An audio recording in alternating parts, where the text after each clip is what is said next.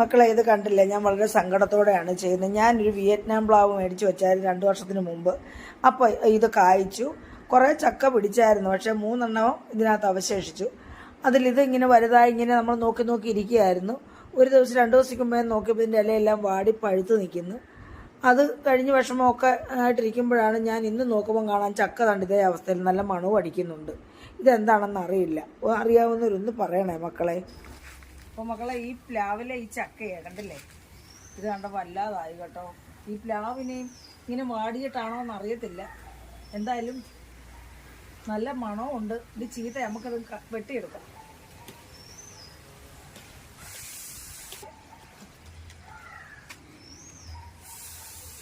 ഇതാ കണ്ടോ, ഇതൊരവസ്ഥയത് കണ്ടില്ലേ?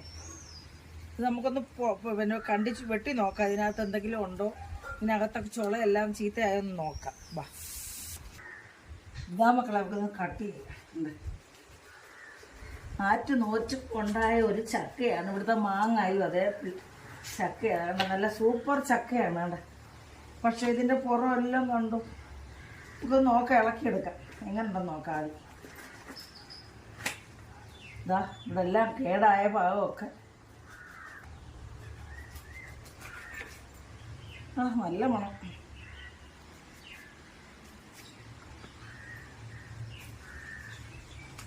ഇത്രയും ചീത്തയായിപ്പോയി. ഇത് നന്നായിട്ട് പഴുക്കട്ടെന്ന് വിചാരിച്ച് നിർത്തിയിരുന്ന കഷ്ടമായിപ്പോയി.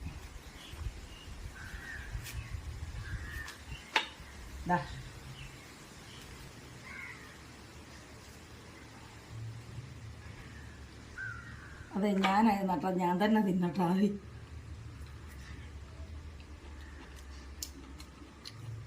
നല്ല മധുരം. കുഴച്ചൊക്കെ വലിക്കുക. ഇതെല്ലാം പഴുത്തു, ഇവിടെ എല്ലാം പഴുത്തു. കണ്ടോ, ഒരു കഷ്ടമായിപ്പോയി.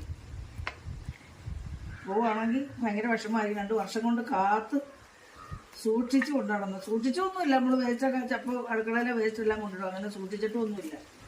ചൂടൊന്ന് വിരയിൽ കൊടുക്കുകയൊന്നും ചെയ്തില്ല. അതെനിക്ക് പറ്റിയ അബദ്ധം. വാടിയോണ്ടായിരിക്കും ചക്ക, പ്ലാവ് വാടിയോണ്ടായിരിക്കും ഈ ചക്ക ഇങ്ങനെ ആയതല്ലേ. തണ്ടമക്കളെ, ഈ ഒരു ചെറിയ ചക്കയായിരുന്നു. അത് മൊത്തം ഫുൾ ചുളയായിരുന്നു കേട്ടോ.